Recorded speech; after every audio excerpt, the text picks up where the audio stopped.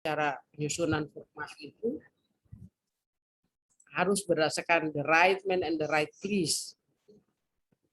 Pengangkatan orang sesuai dengan uraian tugas dan jabatan pendidikan dan spesifikasi pendidikannya. Makanya kan orang bilang karena akan berkaitan dengan penempatan merit system ini tadi. Kalau berkaitan dengan merit system itu adalah bagaimana orang itu bekerja sesuai dengan pendidikannya dan ditempatkan di mana supaya tidak menjadi menjadi bias bagi organisasi itu. Kadang-kadang Anda lihat ya, ada yang tidak sesuai dengan spesifikasi pendidikan, nggak tahu apa dia kerja gitu. Bahkan nggak usah saya bilang di mana. Ada juga di provinsi yang jabatannya sebenarnya, bayangkan insinyur dia di bagian insinyur pertanian di penanggulangan bencana, masuk akal nggak? Tapi kondisinya gimana perampingan organisasi? Mereka sudah pernah menjabat sebagai pejabat, ya harus ditempatkan. Dia menyesuaikan, harus mampu menyesuaikan.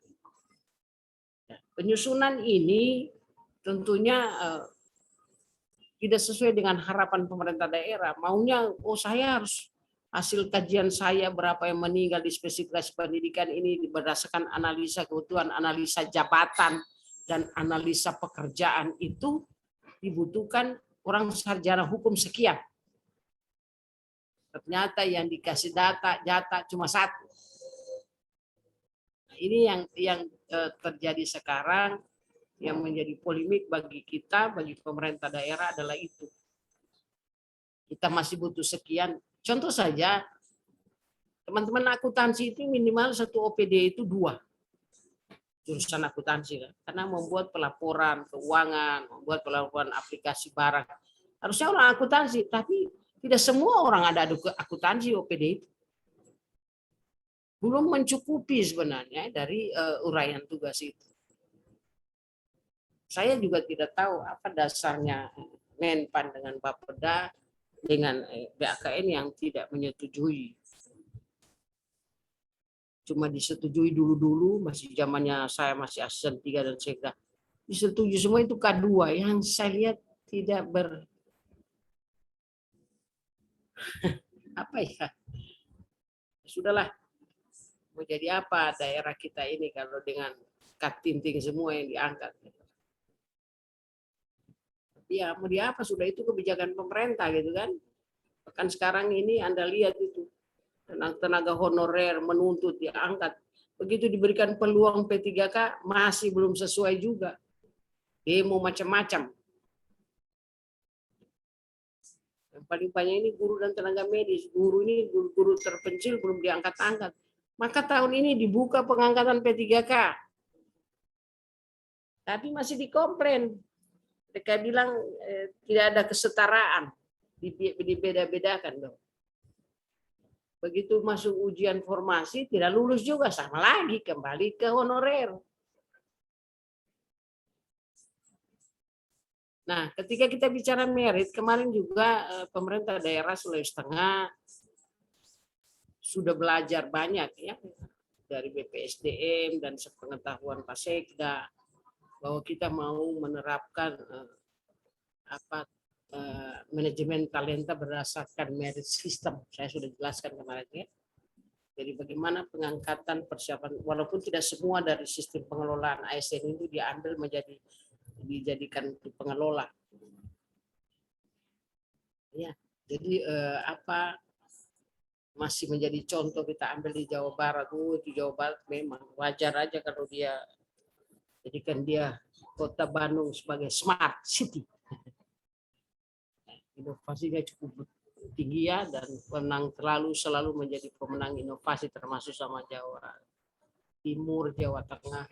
Bandung juga salah satu provinsi yang banyak sekali inovasinya di dalam membuat aplikasi yang berbasis teknologi. Nah, saya bicara soal merit system ini sama juga dengan ketika sekarang ini diperbaharui terus. Ya, di dalam perubahan PP nomor 11 2017 tentang pengelolaan, kemudian dirubah dengan PP 21 17 tentang pengelolaan manajemen ASN, maka sekarang orang dulu mulai beberapa tahun lalu itu pengangkatan itu untuk pejabat eselon 2, bahkan eselon 4, eselon 3 itu harus melalui analisa job ya. Lelang jabatan kalau eselon 2-nya. Ikuti lelang jabatan, ikut pansel. Nah, pansel ini terbuka, jadi tidak heran juga seluruh Indonesia bisa masuk sama kita kalau memang dia lulus di pansel. Termasuk kementerian membuka semua peluang bagi pejabat eselon 2 untuk diumumkan secara terbuka.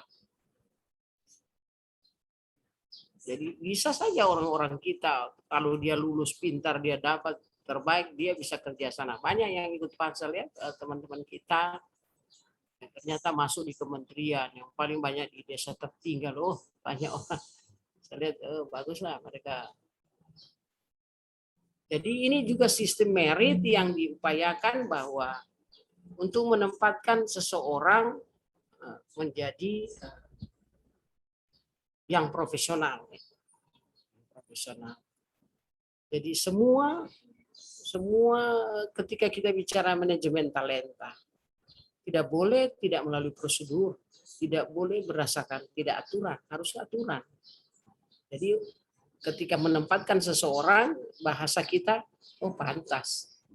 Memang orangnya kualifikasi pendidikan oke, integritasnya oke, bagaimana biar berkomunikasi, berinteraksi dengan masyarakat oke, karena itu juga penilaian masuk dalam sistem. Bagaimana dia dengan teman-teman kantornya masuk di dalam sistem. Tapi saya bilang hebat juga nih sistem, fitur-fiturnya itu semua banyak sekali. Jadi disebut nama muslimin, oh dia pernah kerja sini, dia bagaimana di masyarakat, dia bagaimana talentanya, bagaimana dalam melaksanakan pekerjaan, bagaimana pendapat teman-temannya, mengenai disiplinnya seperti apa, jelas di situ. Jadi begitu pemilihan pejabat sudah oh ini bagus ini. Mereka ini yang masuk kriteria untuk menduduki jabatan. Ikut lagi pansel. Seperti itu ya. Kalau merit system itu jadi pembinaannya jelas, pembinaan karirnya jelas. Jadi semua pengelolaan manajemen ASN itu mulai dari penyusunan formasi, pengadaan, bagaimana mutasi, bagaimana rotasi, bagaimana pembayaran gaji, bagaimana cuti, bagaimana kenakan pangkat istimewa, kenakan pangkat lain-lain, dan segala macam jenis kenakan pangkat itu harus semua dilakukan secara merit system. Jadi jangan juga kalian berpikir kalau semua juga di Kabupaten Morowali sudah mengacu ke situ, Anda tidak usah takut. Ya, begitu mau selesaikan 100%, masukkan saja berkas. Tidak usah macam-macam. Tidak usah juga kamu kumpul doi kasih. Jangan. Kamu tidak boleh. Kamu tuh bagian untuk membuat orang korupsi. Makanya masukkan berkas sebelum waktu supaya diproses sesuai prosedurnya. Orang biasa itu karena lambat sudah. Jadi dengan segala cara apa dia lakukan. Dan orang kepegawaian juga, saya selalu bicara di orang kepegawaian. Anda itu hak, itu kan tusi Anda. Anda harus kerja. Nah ini saya bilang, kalau Anda selesai cepat-cepat, dapat sertifikat, selesai semua surat keterangan dokter, bersamaan semua masuk. Jangan satu-satu. Supaya selesainya satu-satu. Bersamaan. Masuk sendiri-sendiri, khusus yang ada di tolong inventarisir itu kayak apa. Ini saya bercerita ya langsung pada implementasi ketika kita bicara merit system. Jadi tidak ada pemisahan bahwa oh ini orang yang di kota dulu yang saya kalau berkasnya bersamaan ya sama-sama diproses gitu. Orang yang karena ada yang di BKD saya tidak bisa gitu. Harus bersamaan karena kamu adalah bersama-sama mengikuti laskar misalnya. Kalau bersamaan dilakukan, itulah supaya tidak ada pilih kasih dalam pelayanan. Nah, ketika juga kita bicara merit system dalam pengelolaan ASN ini Memang ini kan manajemen ASN menghilangkan intervensi dan pengaruh politik. Jadi tidak ada bilang, oh itu bukan orang saya yang mendukung saya kemarin. Tidak ada itu kalau kita bicara sistemnya. Tidak ada, semua profesional kerja.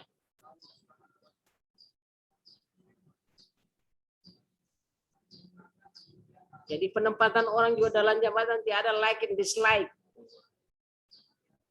Harusnya seperti itu. Apa sekarang pertanyaannya, apakah bisa kita lakukan itu? Tergantung pimpinan kita.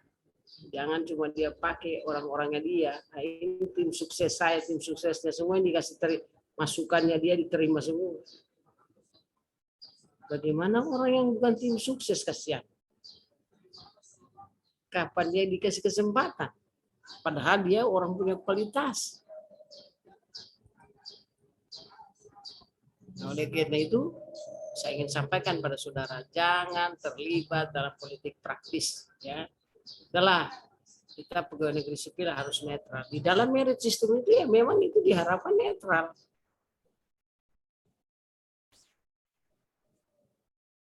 Itu nanti itu soal saya bilang jual beli jabatan, ya jual beli jabatan karena orang tidak dapat dia dengan cara apapun. Dia pakai doi sudah.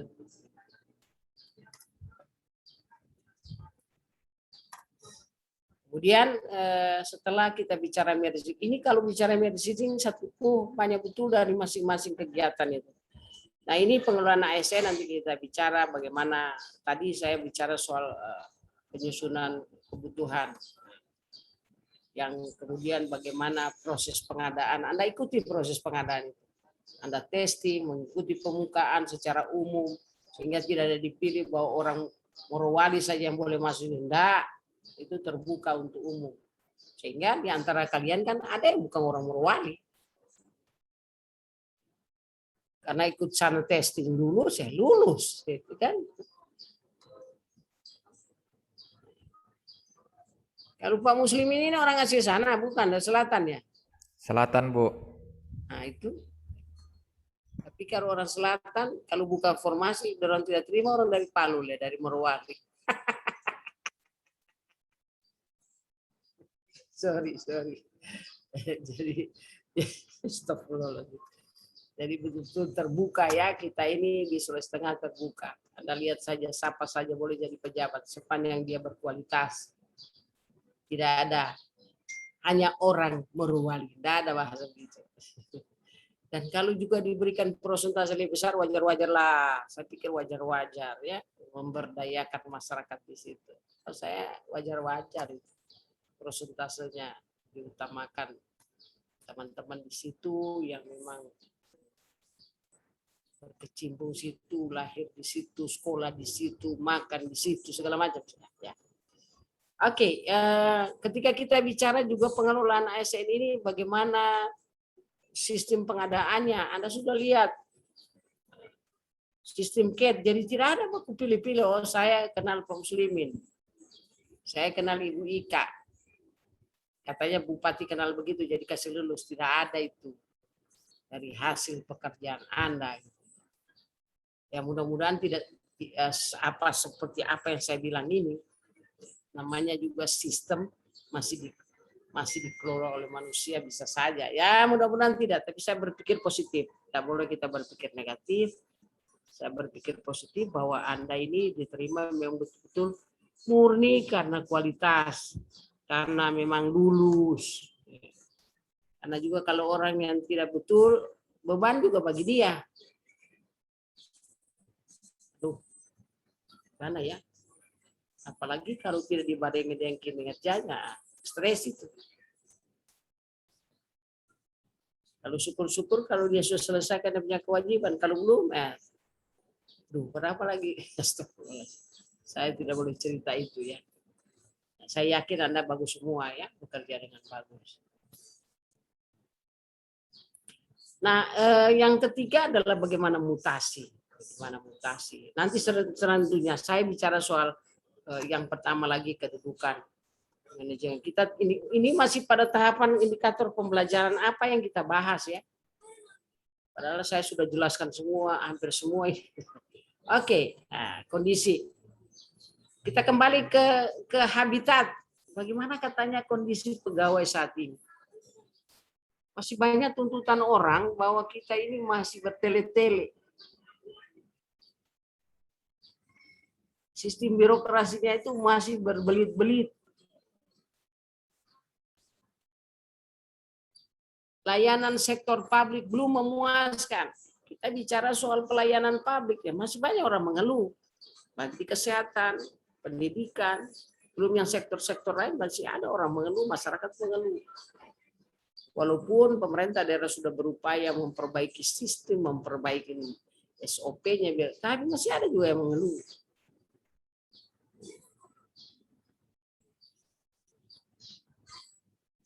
Kemudian juga ya persis saya sampaikan tadi, ketika merekrutmen, ketika penyusunan formasi, pengangkatan itu belum, dan penempatan pegawai itu belum berdasarkan spesifikasi pendidikannya. Jadi dalam kompetensi jabatan itu belum sesuai dengan kompetensi pendidikannya, kualifikasi pendidikan masih ada seperti itu. Ini saya bicara secara umum.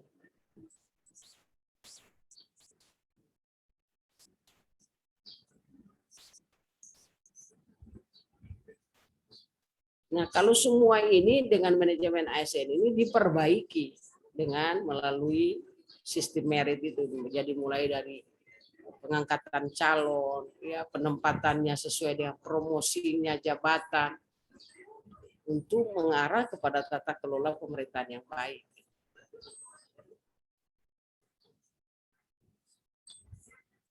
Katanya harapan pemerintah di tahun 2025 itu adalah menjadikan ASN profesional dari birokrasi yang berkelas dunia 2025.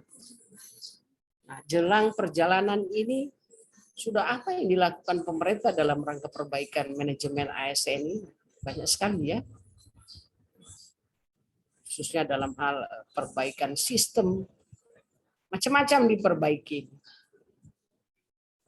Bagaimana pengembangan sumber daya manusianya, cara apa dilakukan, berikan kesempatan untuk pendidikan dan lain-lain.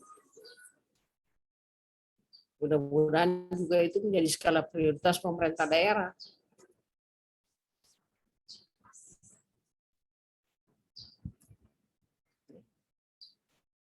Kalau dulu istilahnya manajemen kepegawaian bagaimana Pak, tapi ini manajemen sumber daya manusia. Jadi sumber dayanya yang di-manage supaya mulai dari proses perencanaan, pelaksanaan, sampai pada evaluasi berjalan normal.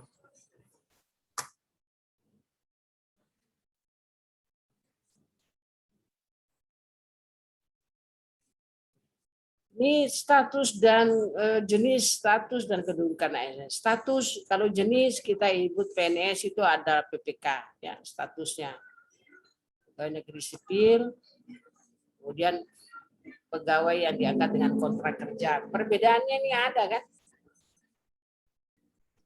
Status sama-sama diangkat berstatus pegawai tetap dan memiliki NIP secara nasional. Kalau PNS itu menduduki jabatan pemerintahan. Tapi kalau PPK pengangkatan ya sekarang kan baru tahun pertama ini kalau nggak salah baru ada pengangkatan PPK. Padahal aturan ini 2017 loh. Ya, karena 2017 sudah ada, masih adanya K1, K2 sampai 2000 berapa kemarin itu penyelesaian K1, K2 itu. 2019 kalau nggak salah.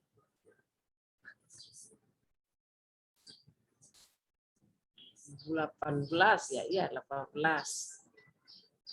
Nah, 2007 saya jadi PLT Sekda masih menyelesaikan itu mereka itu. Kemudian diangkat oleh kalau P3K ini diangkat perjanjian kerja. Sekarang di perjanjian P3K yang baru itu dia sudah ditetapkan 5 tahun. Kalau tidak kontrak kerjanya 5 tahun.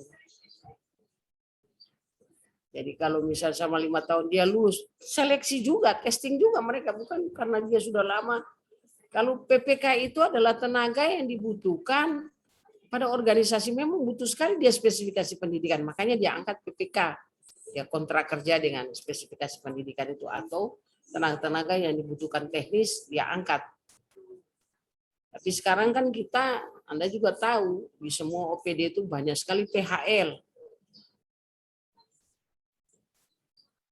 Tahu ini PHL juga tiap berhenti-berhenti. Ada orang datang, Bu, biar juga cuma angka baki, mau kerja di baki, Bu, saya, ini angka cuma angka baki. Dan kualitas pendidikan rata-rata PHL itu banyak masih SMA, mau jadi apa itu kantor? Sedangkan keterampilan mengetiknya saja tidak ada, mau apa? Nah, urus surat sekarang sudah zaman IT pakai komputer semua, suruh bawa fotokopi. Jadi memang ini kendala ya.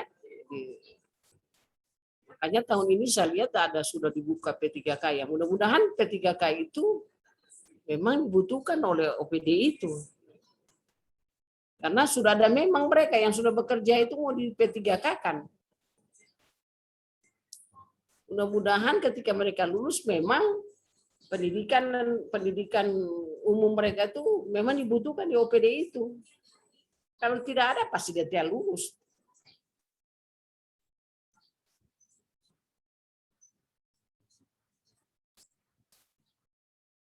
Ya, jadi seperti itu ya. Jadi kemudian kalau di perbedaannya dengan ASN ini dengan PNS ya tidak ada NIP, ya kan?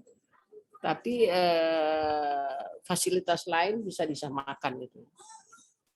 Melaksanakan tugas pemerintahan, dia juga melaksanakan yang di atas menduduki jabatan pemerintahan, jabatan fungsional atau jabatan ya rata-rata jabatan fungsional. Kalau struktural tentu lain bedanya ya untuk menduduki jabatan struktural. Sekarang pengangkatan jabatan di pemerintah itu jabatan fungsional semua penyebutannya. Kalau struktural adalah mereka yang karena menduduki jabatan itu. Kedudukannya sebagai unsur aparatur negara melaksanakan kebijakan yang ditetapkan oleh pimpinan. Nah, kedudukan kita, makanya kemarin yang sudah punya anak, hati-hati, kebijakan pemerintah, 2 anak cukup. Apa kebijakan yang lain, yang di kesehatan, pendidikan, ya, semua bebas buta aksara. Itu agenda nasional, penurunan angka kemiskinan, nah, itu semua menjadi target nasional. Target daerah itu harus diikuti kebijakan pemerintah itu ya. Tidak boleh Anda bilang, saya mau itu, tidak boleh. Apalagi kalau sudah jadi pegawai, sudah harus menjadi contoh, penegak pertama aturan yang berlaku. Apa menjadi kebijakan pemerintah, ya harus diikuti. Dilakukan. Nah ini saya bilang, harus bebas dari pengaruh intervensi golongan partai politik ya. Memang kedudukan kita tidak boleh ya, terpengaruh oleh politik praktis. Makanya itu selalu ketika pilkada pemilihan kepala daerah harus bebas, netral. Ini juga yang menjadi persoalan. Nah, secara nasional netralitas itu masih menjadi bahan pembicaraan di tingkat secara nasional. Bagaimana sebagai pengundang negeri itu bersifat netral itu masih ada. Karena setiap kali pilkada, setiap kali ini ada saja yang terlibat itu PNS. Ini namanya.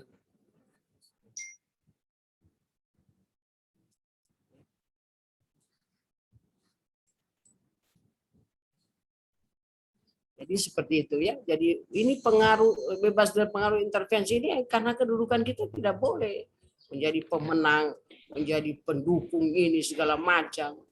Nah ini juga yang menjadi kendala bagi Menpan dengan BAKN bahwa di tingkat kabupaten maupun provinsi sangat jarang untuk mengajukan orang yang sudah terlibat langsung, walaupun ditahu itu karena masih ada jiwa korsahnya itu ya.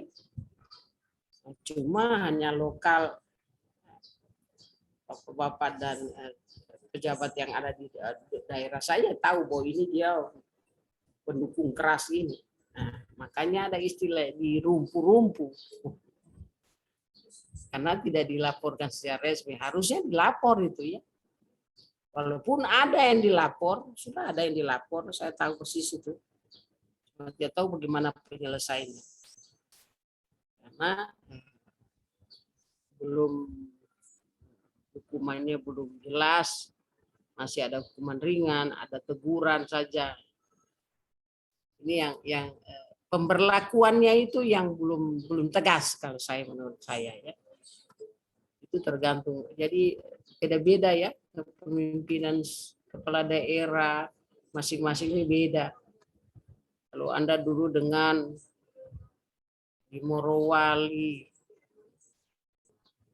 bukan di kabupaten lain ada pemecatan negara-negara ini, saya lihat di Morowali belum ada seperti itu.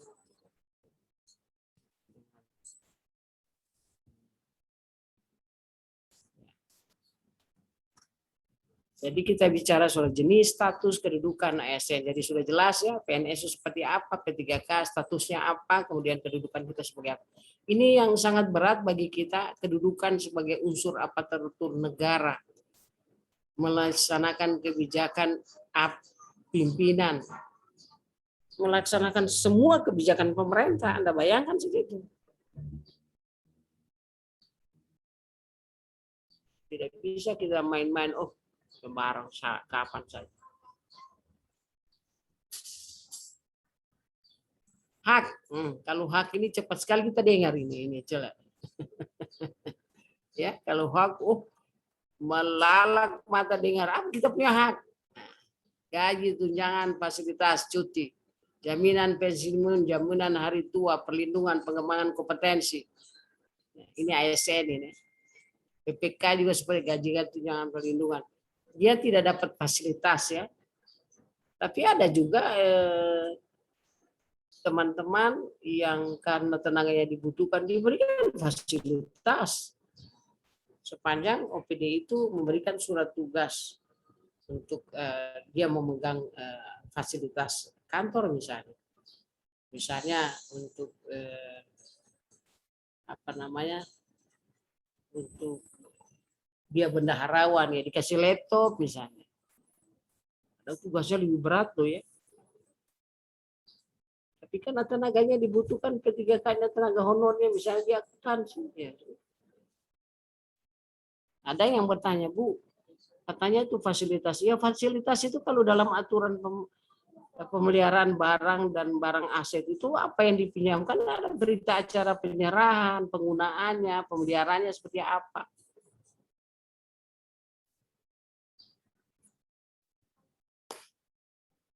Kemudian juga cuti. Kalau gaji, tunjangan itu misalnya kita dapat tunjangan penghasilan. Kalau Morowali kan sudah dapat kalian TPP, ya nggak? Dapat, Bu. Iya. Iya, Bu. Oke, bukan main. Baru ini saya dapat dengar 80% sudah dapat TPP. Karena banyak kamu punya PAD di situ dari sektor pertambangan. Dari bagi hasil pihak ketiga itu yang besar. Sehingga PAD-nya cukup tinggi. Makanya bupatinya berani bayar TPP sebelum 100%. Kita di sini udah boleh. Orang yang pindah saya nanti 2 tahun dapat. Karena mungkin keterbatasan kita juga dan memang proses ketika zaman TPP ini kan masih saya dulu di ASN 3 kita rancang sedemikian rupa supaya betul-betul wajar diberikan mereka tunjangan penghasilan. Walaupun secara bertahap diperbaiki dari soal kinerjanya, soal risiko kerjanya. Ya. Jadi semua lebih diperinci tunjangan kinerja itu untuk apa?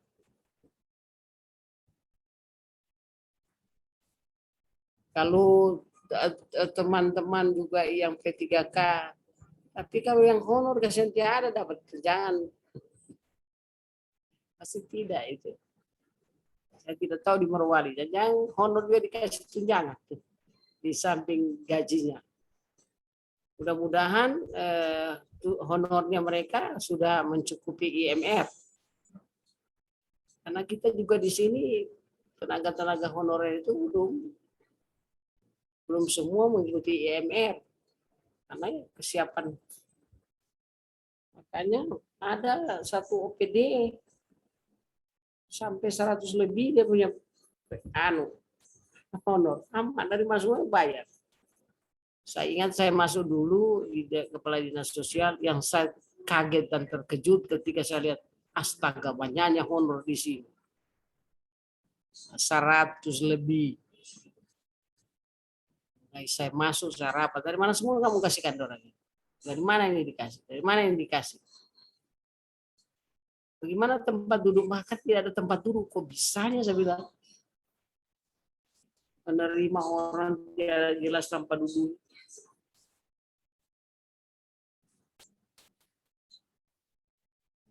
Nah, kemudian bagaimana PNS juga mendapatkan, saya tidak usah perpanjang gitu ya soal tunjangan dan fasilitas.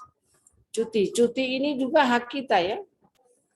Nah, ini kalau kita belajar soal peraturan pemerintah tentang cuti, ini banyak jenis-jenis cuti. Ada perkalan yang mengatur jenis cuti ini. Anda cari di Google perkalan tentang cuti. Jenis-jenis cuti itu banyak-banyak. Dan ini harus Anda tahu. Jangan nanti meminta cuti, tidak tahu. Cuti apa yang saya mau minta ini? Padahal ada hak kita misalnya yang 12 hari kerja. Bisa juga tidak disetujui itu karena kebutuhan organisasi tidak menginginkan ada cuti. Sama kemarin kan ketika Lebaran tidak diperkenankan orang cuti. Nah, itu karena untuk pandemi. Itu kebijakan pemerintah. Bagi PNS dilarang untuk melaksanakan perjalanan dinas, iya, memutus rentang.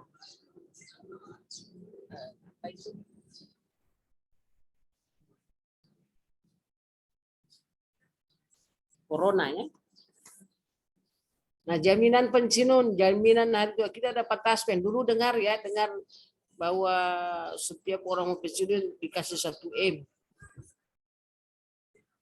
Bisa saja ketika saya ikut rapat korpri tingkat nasional, ada gagasan itu kita pertanyaan, mana tuh bahasa itu kok sampai ada cerita jual cerita bahasa itu. Oh ya, sekarang bisa kita lakukan.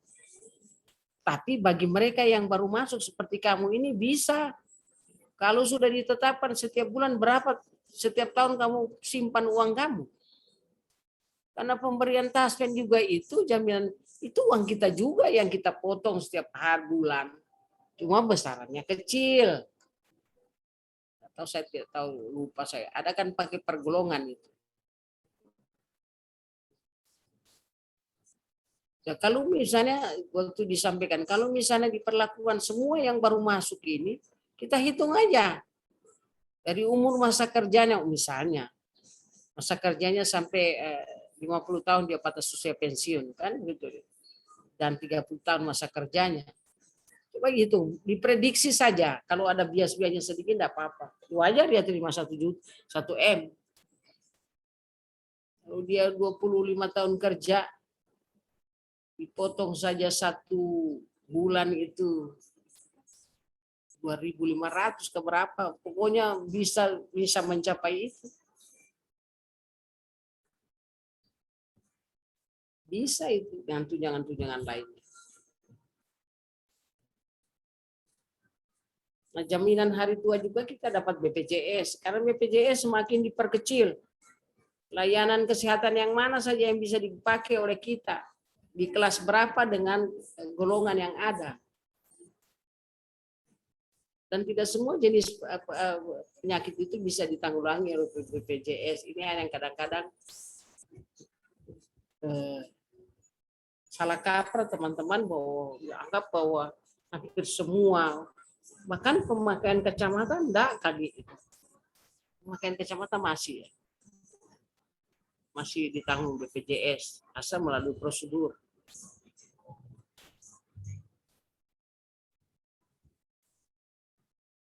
Jaminan hari tua banyak sekali ya, BPJS, Taspen.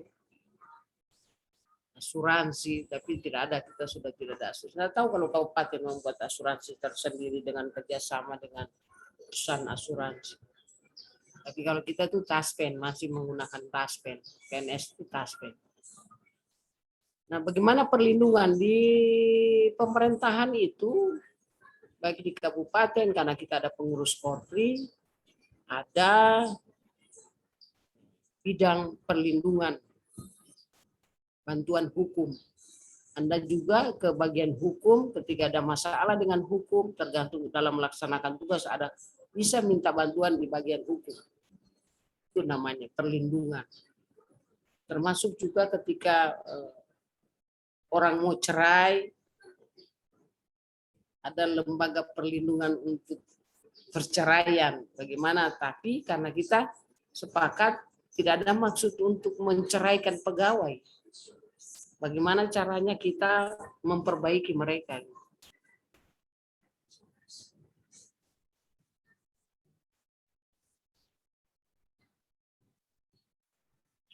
Kemudian pengembangan kompetensi. Nah, pengembangan kompetensi ini memang diharapkan bahkan di undang-undang di nomor 5 PP 17 2001, setiap orang PNS itu diberikan pengembangan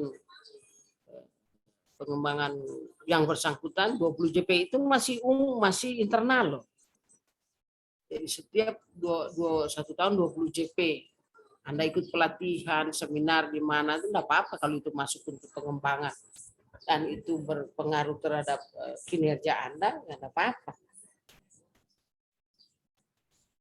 Sekarang kan kalau untuk setiap pegawai diberikan pelatihan 20 JP, belum semua OPD membuat pelatihan itu yang menyangkut dengan kebutuhan organisasinya.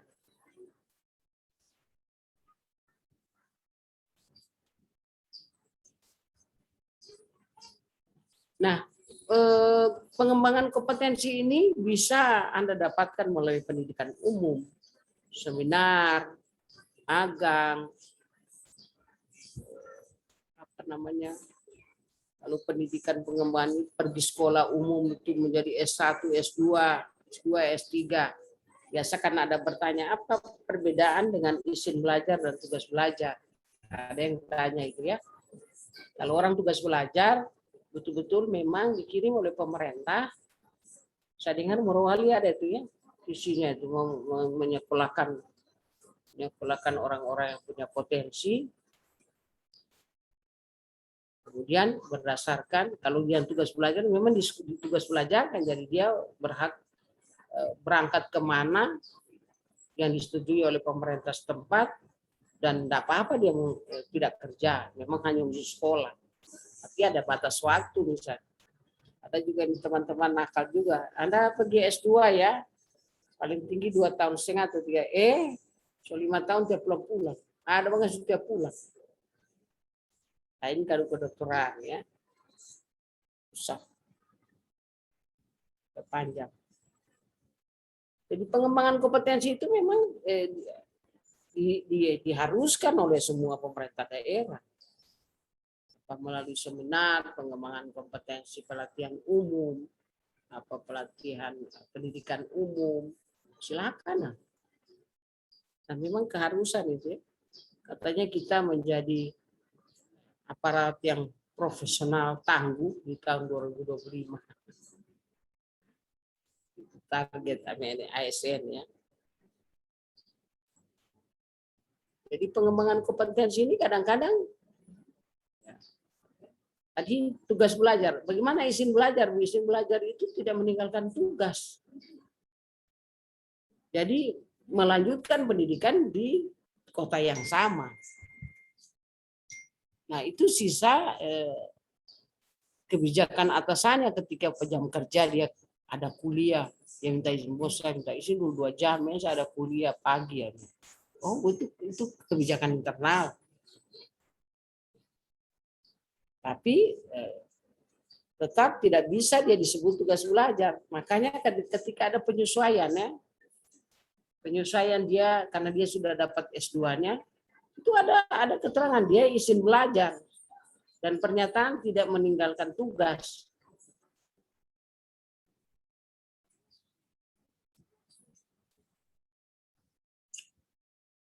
Kalau orang yang tugas belajar memang dia dibiayai. Bahkan sampai ke luar negeri. Banyak sekarang program-program nasional yang diundang untuk, tapi persyaratannya misalnya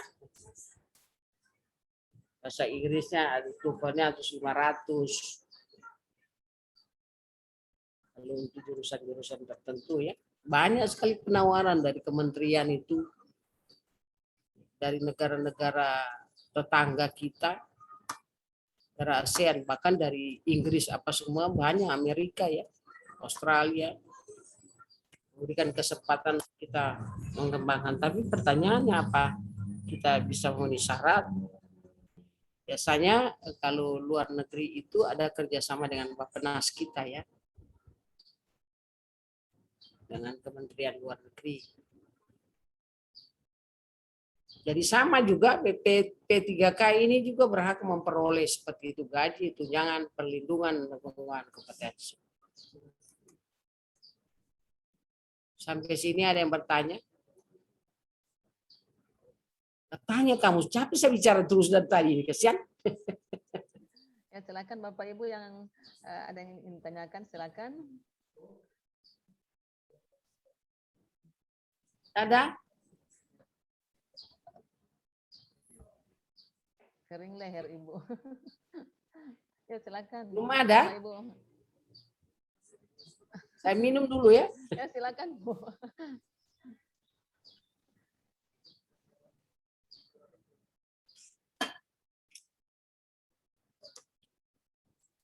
Ya, kalau tidak ada yang mau bertanya, saya teruskan. Mudah-mudahan bisa dipahami ini ya. Dan saya kira lebih bagus juga kalau kalian membaca aturan. Baca itu pasal yang ada di Undang-Undang Nomor 5 tahun 2017 tentang kepegawaian 2015, 1000 lebih pasal, 1100 sekian. Baca itu. Dan ada aturan pelaksanaannya. Ada peraturan pemerintah. Saya sampaikan kemarin kita peraturan disiplin, PP disiplin, PP 10, PP 30, sekarang berubah PP 24, 2021. Memang ada beberapa item yang ditambahkan. Jadi saya minta kalian ini jangan putus informasi dari sisi kepegawaian. Karena sepanjang kita menjadi pegawai, semua aturan kepegawaian kita harus tahu. Apalagi ketika kita mau melaksanakan hak kita mau ambil cuti, itu kan hak, salah satu hak juga. Walaupun tidak mutlak hak, kalau dikasih cuti, bos bilang jangan lupa cuti, nantilah berikutnya, karena kita masih butuh kamu punya tenaga.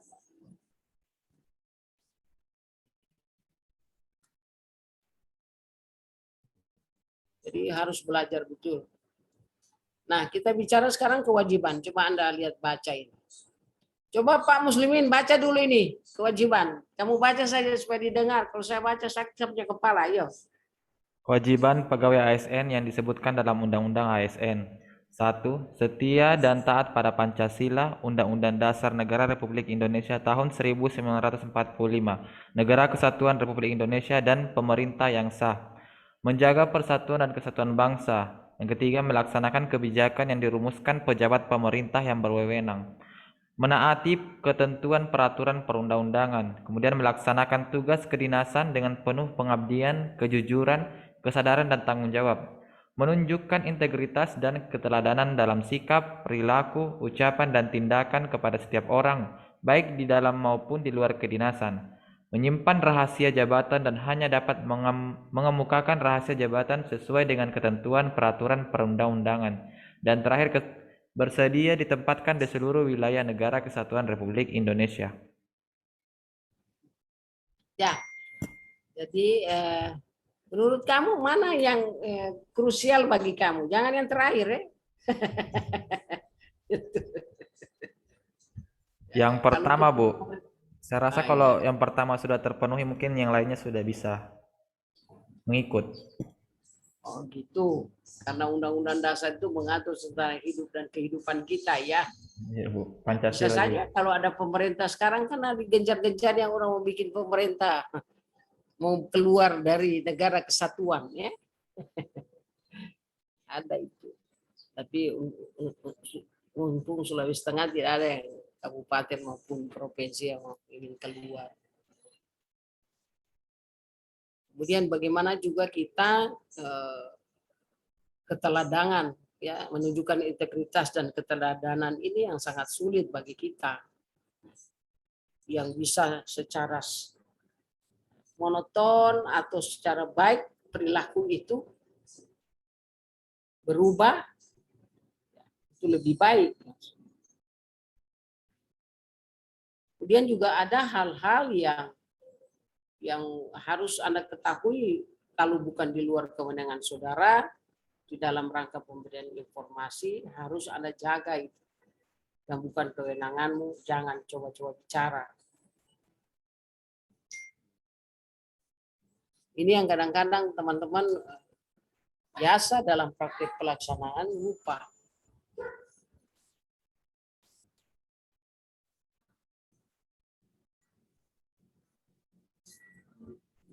Menyimpan rahasia jabatan ini sangat sulit ya. Makanya orang yang memegang surat-surat rahasia itu orang-orang tertentu. Atau kadang-kadang kita bekerja di SKPD itu yang seharusnya tidak boleh diberitahu orang, kita sembarang ngomong. Padahal bukan kewenangan kita untuk menyampaikan itu.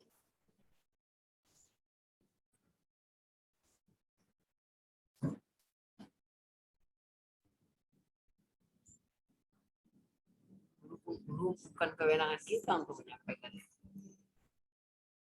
Ini yang kadang-kadang tidak disadari. Bisa saja ya, teman-teman yang masuk dalam aliran radikal itu ya kayak begini. Yang namanya tidak setuju dengan kebijakan pemerintah. Ada yang apa ini tidak sesuai dengan nuraninya, tidak sesuai dengan apa yang dia pelajari, tidak sesuai dengan yang diharapkan. Oh, macam-macam sudah dibilang.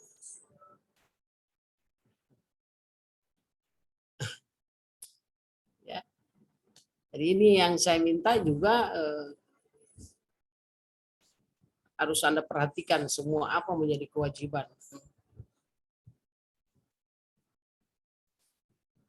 Kalau bicara soal membaca semua peraturan-peraturan, berapa ribu peraturan pemerintah,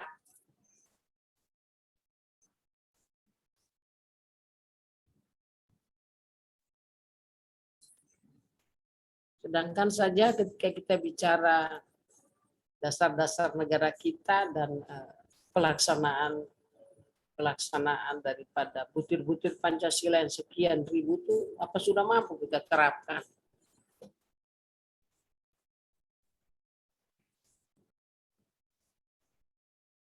Ini yang menjadi pertanyaan ya. Jadi, kita berharap tugas kita sebagai ASN itu hal yang harus kita lakukan.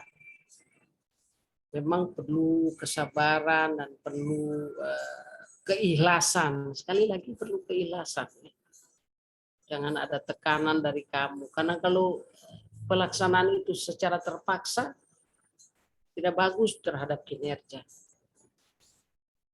Tapi kalau kita kerja ikhlas, karena itu memang kewajiban kita, itu memang tusi kita, tugas dan fungsi kita, seperti itu.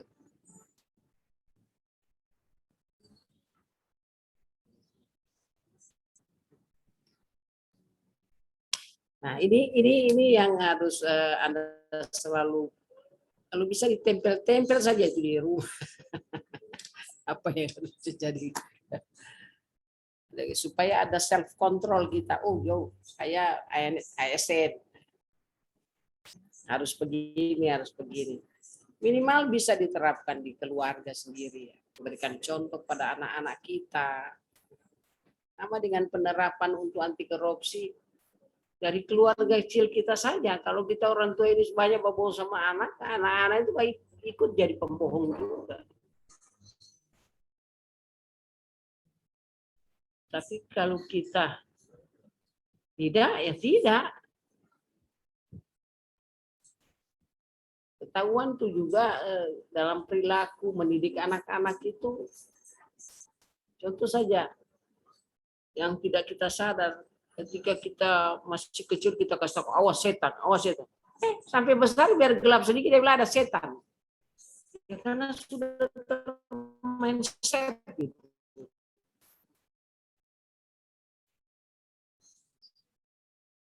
Tidak ada diberikan kepercayaan. Saya cerita ya, anak saya tidak pernah saya kasih takut.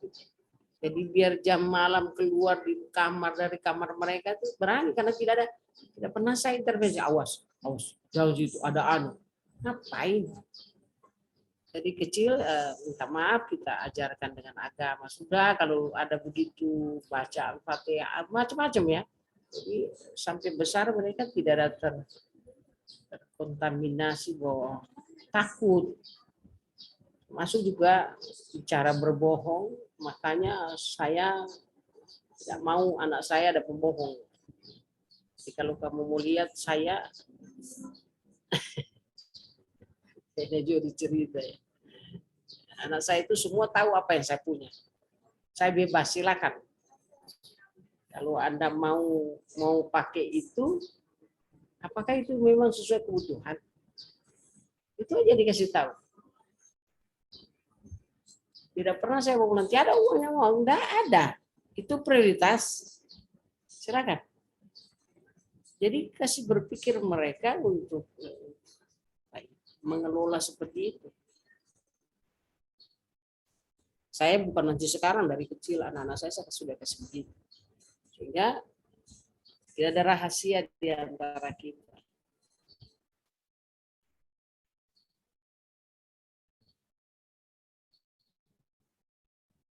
Anak tahu kalau saya dapat uang dari itu, uang dari anu, kamu buka sendiri saja gitu. Atau mau beli apa silakan, itu kebutuhan yang mendesak. Kalau kebutuhan mendesak, oke, silakan. Jadi berpikir. Nah, itu juga berbohong di dalam bagaimana kita menilai. Makanya saya bilang itu membangun integritas kita itu adalah dari keluarga terkecil. Bagaimana juga kita yang sudah kawin menciptakan, membentuk karakter anak-anak itu tergantung dari kita orang tua. Nah, kalau dari kecil dia sudah diajar agama, sudah pasti insya Allah lah. Selain kalau sudah ada raulanya dari Tuhan bahwa kau harus begini ya, kita tidak bisa bikin apa-apa. Tapi piranti-piranti itu kita jaga. Makanya teman-teman yang lain tuh kalau saya dulu ada pemeriksaan pegawai terhadap ini, saya cari tahu background juga. Dia gimana keluarganya, bagaimana dia di keluarga, bagaimana dia di masyarakat. Supaya saya memberikan masukan itu masuk sama dia gitu. Karena ada tipikal orang yang tidak bisa dikasih tahu. Karena memang dia, misalnya dia dari keluarganya dia adalah is the best. Dia anak sendiri misalnya gitu. Caranya gimana ini orangnya? Saya dulu ketika menyelesaikan masalah-masalah dengan teman-teman staf itu, saya cari tahu dulu dia. Karena memang bidang saya ya dulu itu. Sama saya menangani kepegawaian di mana-mana, jadi sekretaris, jadi apa, memang saya harus pelajari bagaimana tipikal saya punya staf ini. Ketika dia tidak disiplin, saya undang, ada apa kamu tidak disiplin? Apa? Coba cerita saya dulu, sambil bercanda, sambil main-main atau apa. Kenapa kau? Coba bilang baik-baik. Bisa saya bantu. Nah, lebih enak kan kita bicara begitu. Iya, Bu, saya ini oh gitu. Kita cari opsi sama-sama ya. Saya bantu kamu, tapi kamu harus berjanji dengan saya akan lebih bagus. Siap, Bu. Nah, jadi kan sudah enak gitu. Dan alhamdulillah saya selesai tugas di struktural, saya tidak pernah dikejar orang. Tidak pernah dikejar orang bahwa saya itu pernah giniin orang. Nggak ada, insya Allah tidak. Kecuali dia kena disiplin itu ya memang karena kelakuannya. Dikenakan sanksi ya memang itu. Makanya ketika kita transparan, memberikan penghargaan, memberikan punishment, hukuman ya harus jelas, harus tepat. Apalagi kita PNS ini kan tidak sembarang juga dikenakan hukuman. Karena ada aturan disiplin. Aturan disiplin yang mengatur kita. Kalau masih tegur begini itu hukuman ringan. Tapi ada catatan. Pimpinan itu mencatat, saya pernah tegur dia tanggal sekian, jam sekian karena dia tidak melaksanakan tugas apa itu. Jadi ketika kamu dikasih angka rendah oleh pimpinan, kamu komplain, kenapa saya? Ini kau tanggal begini pernah tidak kerja ini, pernah yang saya suruh tangani kau tidak pernah. Itulah perlu catatan-catatan kaki seperti itu. Ya. Nah, dari materi dari awal itu tadi sampai sini ada yang mau bertanya? Sudah terbuka ya. Ini saya minta manajemen ASN ini betul-betul kamu pahami betul untuk bisa kita implementasikan. Karena ini tuntutan loh ya, tuntutan kamu sebagai ASN itu kedudukan dan peran itu.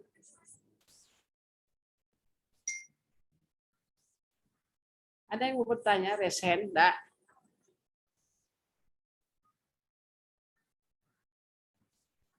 Kamu masih bisa terima penjelasan saya ini?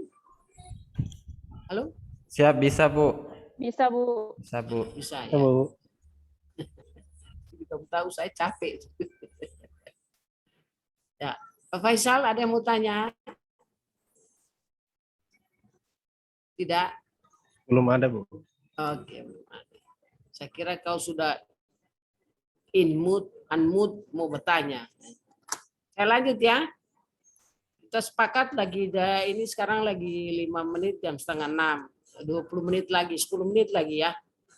Saya rasa juga, saya maksudnya ini mesti ada timbal balik, tapi karena kamu tidak bicara ya saya kasih berhenti lebih cepat supaya kamu kerja itu yang saya kasih tahu itu ya. Kode etik dan kode perilaku. Coba Ibu Ika baca ini kode etik dan kode perilaku. Kode etik dan kode perilaku ASN. 1. Melaksanakan tugasnya dengan jujur, bertanggung jawab, dan berintegritas tinggi. 2. Melaksanakan tugasnya dengan cermat dan disiplin. 3. Melayani dengan sikap hormat, sopan, dan tanpa tekanan. 4. Melaksanakan tugasnya sesuai dengan ketentuan peraturan perundang-undangan. 5. Melaksanakan tugasnya sesuai dengan perintah atasan atau pejabat yang berwenang sejauh tidak bertentangan dengan ketentuan peraturan perundang-undangan dan etika pemerintahan. Selanjutnya, menjaga kerahasiaan yang menyangkut kebijakan negara. Menggunakan kekayaan dan barang milik negara secara bertanggung jawab, efektif, dan efisien. Ya. Coba Anda lihat ya. Ini bahasa yang melaksanakan tugas sesuai dengan perintah atasan atau pejabat berwenang sejauh tidak bertentangan dengan ketentuan peraturan perundangan etika pemerintahan. Coba Anda lihat di sini yang kadang-kadang salah diterjemahkan oleh teman-teman. Disuruh pimpinan misalnya dia pengelola keuangan atau apa saja, disuruh karena takut atas siapa, siap, pada salah itu. Tidak boleh ya, tidak boleh. Jadi Anda juga harus mampu memilah itu, mampu bekerja secara profesional. Kalau dianggap membangkang sama atasan, Anda catatan begini. Makanya saya bilang, setiap pertemuan saya bilang, kamu staf maupun pimpinan di atas kita sampai kepala dinas, ketika menghadap pimpinan lebih tinggi itu catatan. Jangan pergi seperti bos juga goyang tangan semua. Bawa. Karena di situ kita bisa mencatat kalau ada hal-hal yang di luar ketentuan karena Anda dipaksa, Anda catat aja situ saya disuruh buat ini pada tanggal ini. Karena ketika diperiksa oleh aparat pemeriksa, banyak-banyak kan yang jadi korban ini staf ya. Karena loyal. Apalagi yang menjadi PPTK, Pimpro. Banyak ya, banyak contoh.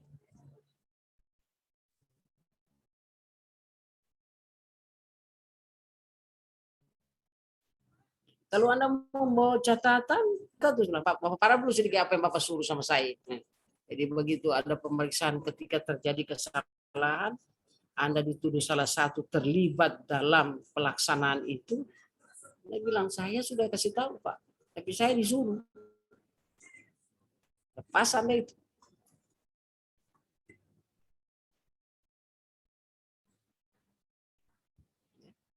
Ini yang sering saya sampaikan ya. Hati-hati ketika kita kode etik, karena kode perilaku harus taat, sopan, melaksanakan apa yang telah ditetapkan oleh pimpinan. Iya, pelaksanaan yang mana itu?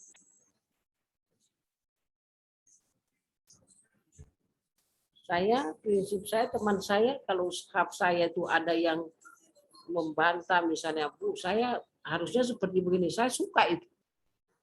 Karena dia ingatkan kita untuk, oh iya begitu sebenarnya tiap boleh. Ini Pak, Bu, apalagi kalau kamu kuasai aturan. Aduh, saya sangat senang itu staf, dia bicara aturan, dan dia buktikan ini Pak.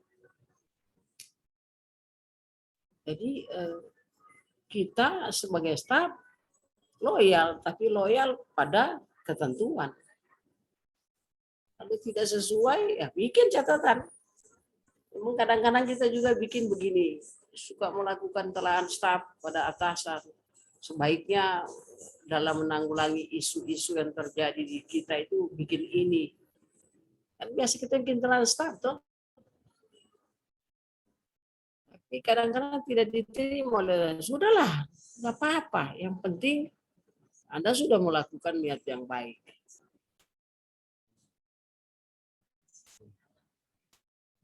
Penting Anda sudah melakukan itu yang baik, nggak usah kecewa gitu ya, nggak usah kecewa karena Anda berbuat yang baik loh. Di mata Tuhan kan pahala itu.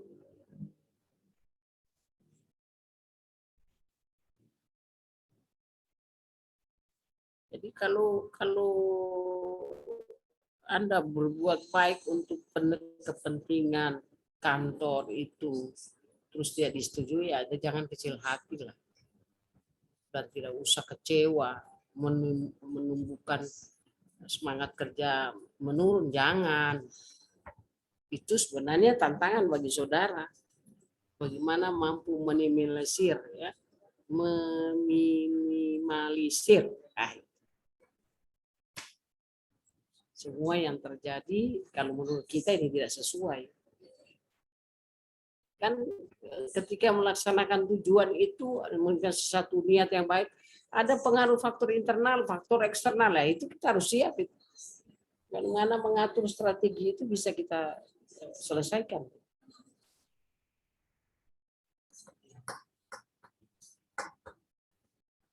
Ini juga ada pertanyaan, menggunakan kekayaan secara bertanggung jawab. Ya ini, Anda biasa lihat terjadi juga dengan saudara-saudara kita yang menggunakan fasilitas rumah.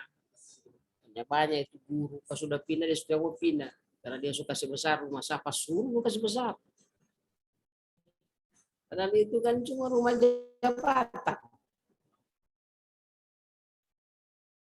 Banyak ya yang di sekolah-sekolah dulu sampai rumah jabatan juga dibangun.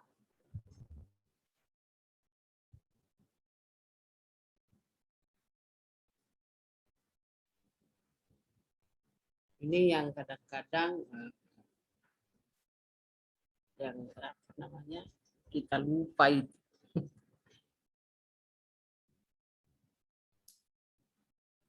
Kalau menggunakan kekayaan dan barang milik negara dan daerah Ya harus dijaga betul supaya permintaan berikutnya diberikan oleh pemerintah. Oh iya, dia kalau pakai aset pemerintah daerah itu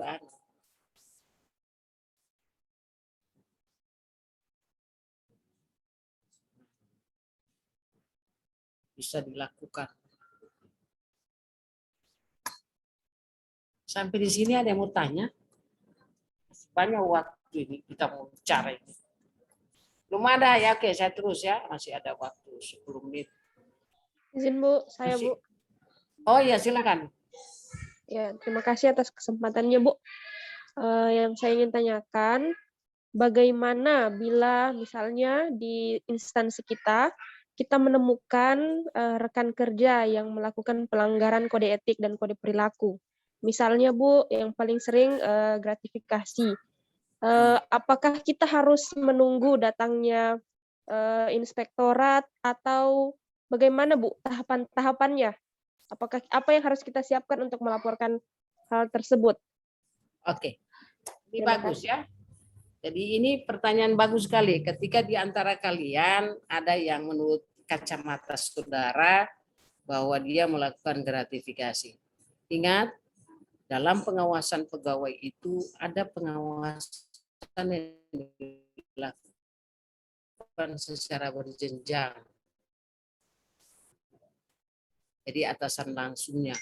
Boleh Anda menulis dengan fakta dan data yang jelas.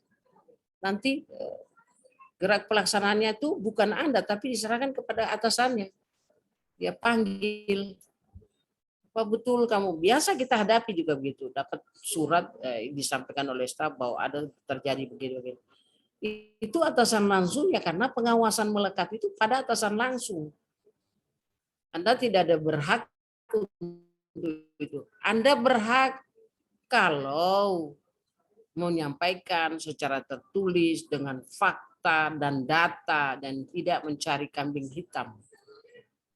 Yang penting niat Anda sudah bagus karena Anda sudah tahu ini ada gratifikasi. Dan kalau saya yang begitu saya suka karena ada staf yang betul-betul dia perhatikan ini orang kerja.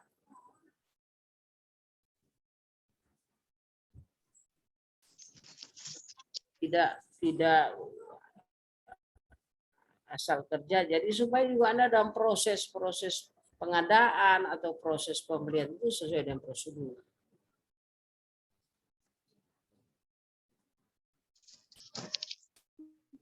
Izin Bu, kalau misalnya yang mau dilaporkan itu atasan sendiri Bu, dilaporkannya kemana? Kalau mau kau bikin berani, kau bikin surat ke Sekda, bikin, kasih tembusan inspektorat. Tapi ada konsekuensi loh ya, konsekuensinya.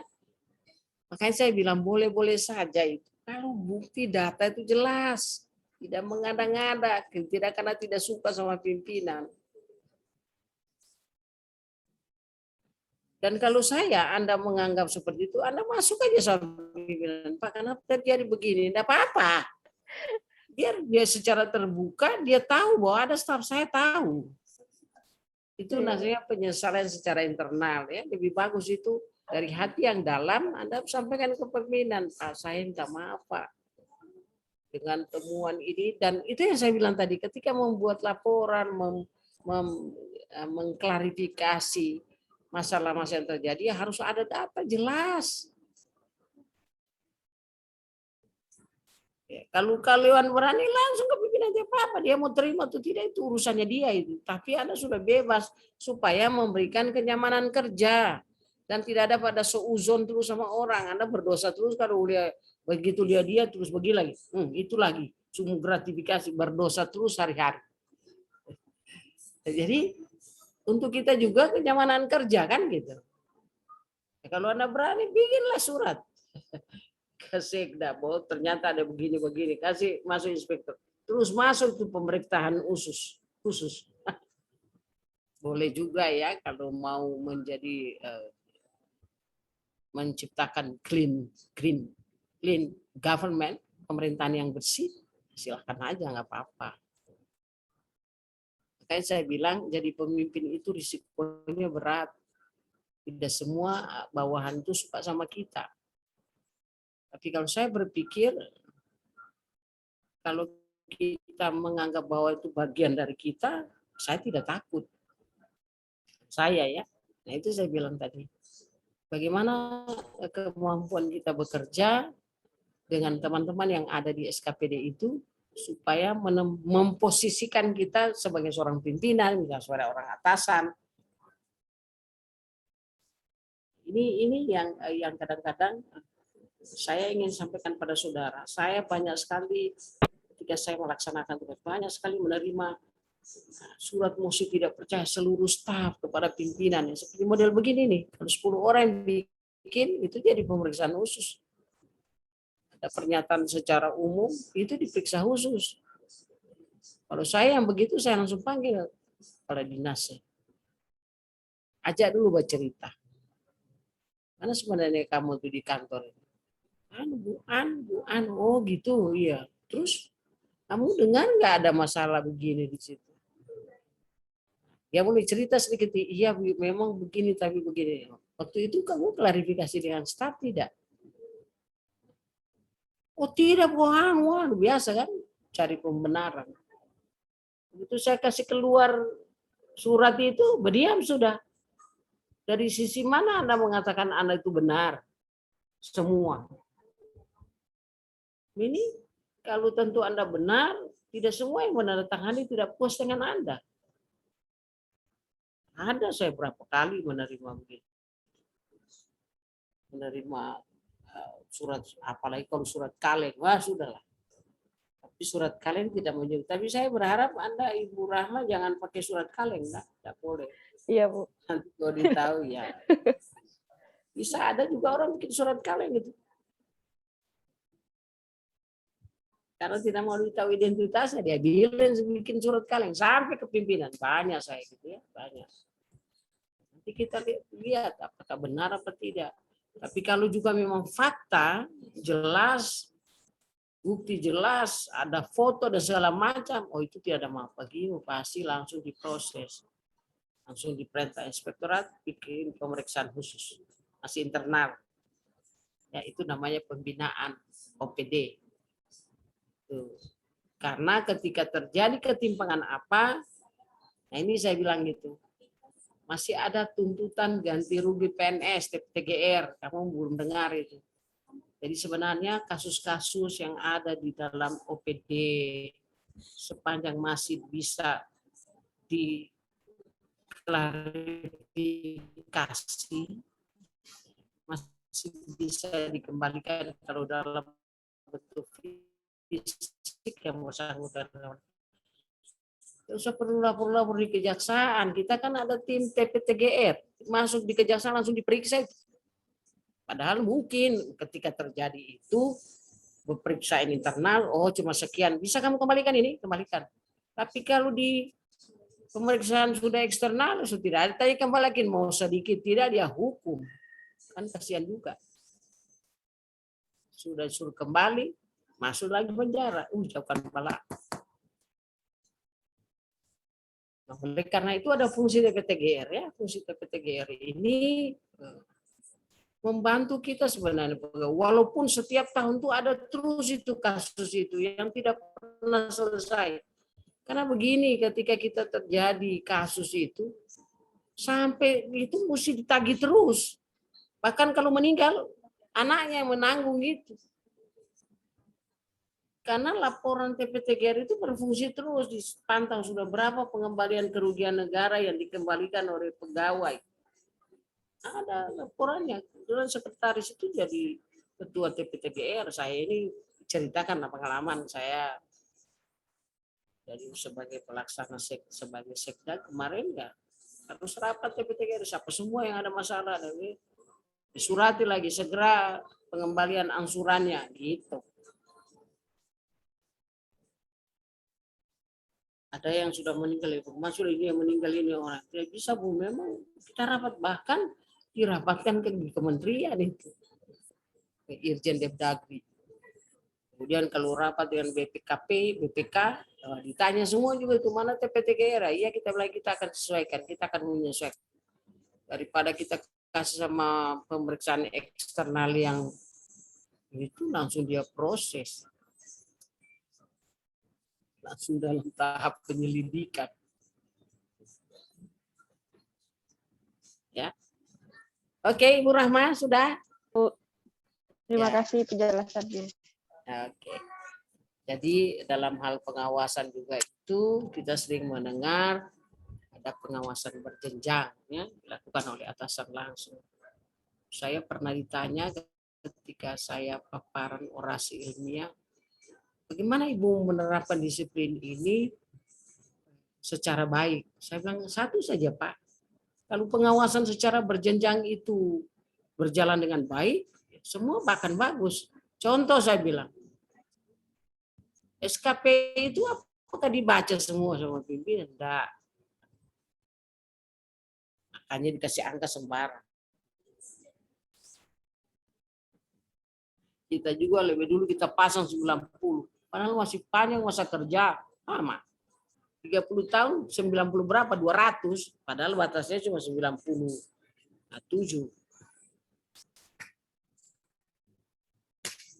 Dari indikator-indikator penilaian. Ya bolehlah 100 lebih, tapi kalau secara total itu ya ada batasnya. Kemudian ini ya, banyak lagi tugas dan kode etik perilaku, perintah atau pejabat. Tidak. Kemudian yang kedua, menjaga tidak terjadi konflik kepentingan dalam melaksanakan tugas. Jadi ini juga kita melaksanakan tugas jangan ada sampai menyelesaikan hanya membuat konflik kepentingan. Oh, teman-teman orang dari selatan saya mau urus dulu. Nah, itu sudah konflik kepentingan. Oh, orang Morowali saya dulu yang dilayani dalam sistem pelayanan misalnya. Boleh ya, tidak boleh. Kita belajar bagaimana etika pelayanan, etiket pelayanan, kita belajar itu. Belajar tentang agenda nasionalisme. Ya. Belajar tentang etika publiknya seperti apa.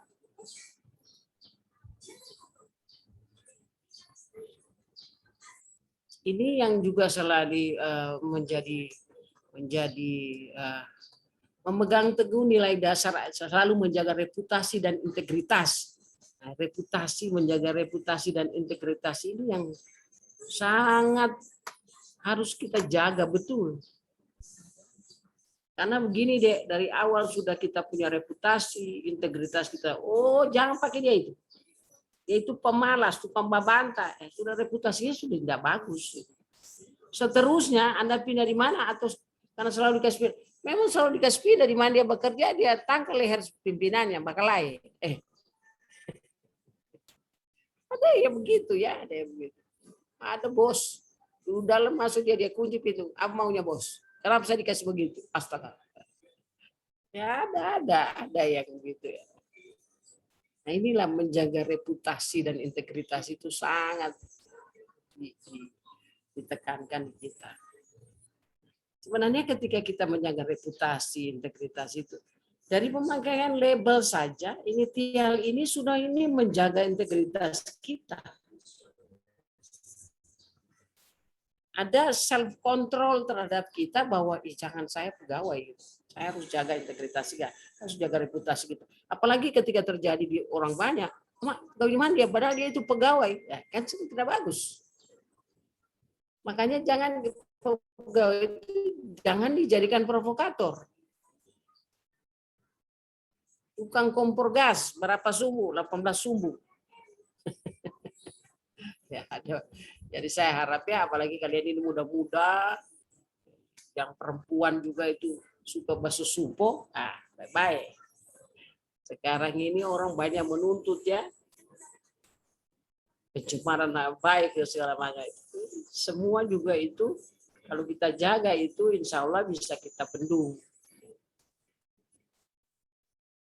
Di IT saja sekarang banyak sekali orang tuntutan. Ya, hanya Anda lihat.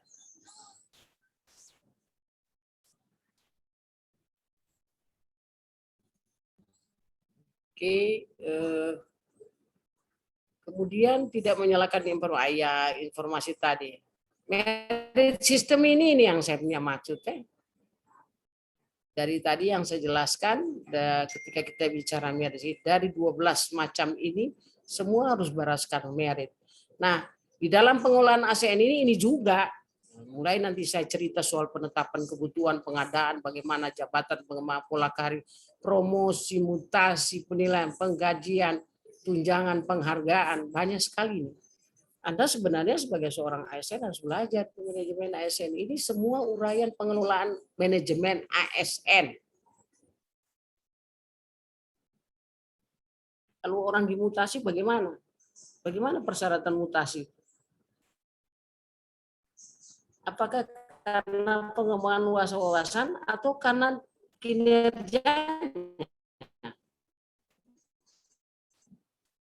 Dan harus dipelajari.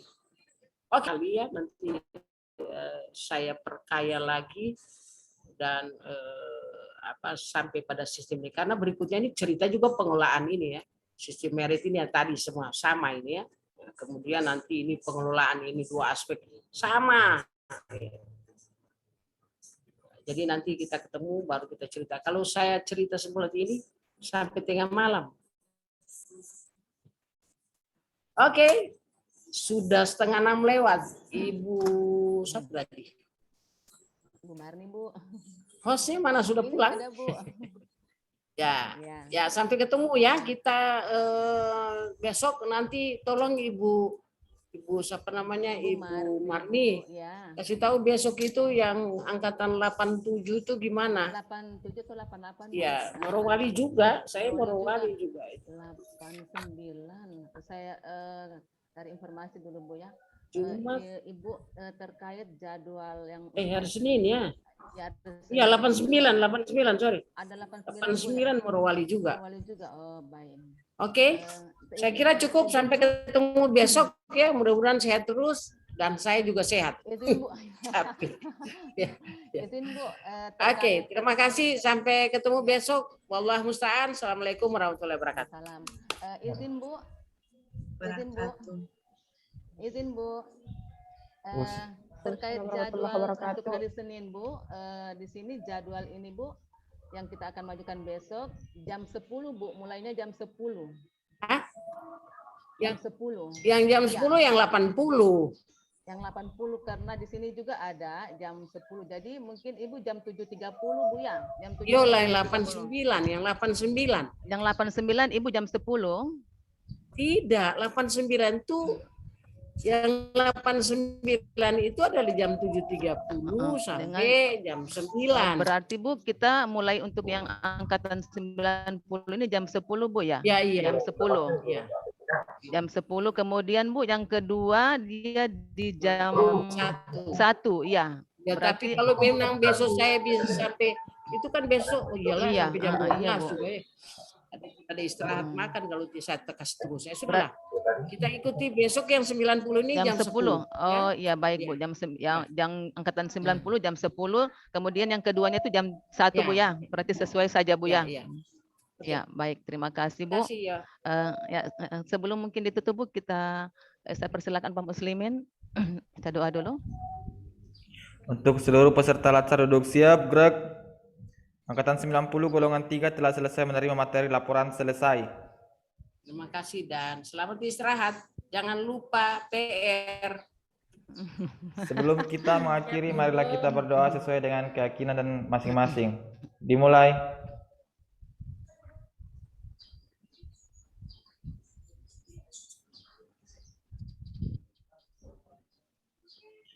Selesai. Istirahat di tempat, gerak. Ya. Sampai ketemu. Baik. Ya, waalaikumsalam. Terima kasih Bu. Ya, ibunya sudah pergi. Berarti nanti besok itu sesuai ya jam 10 jam 10 untuk yang pertama, kemudian yang kedua itu jam 1 ya. Iya, Bapak Ibu.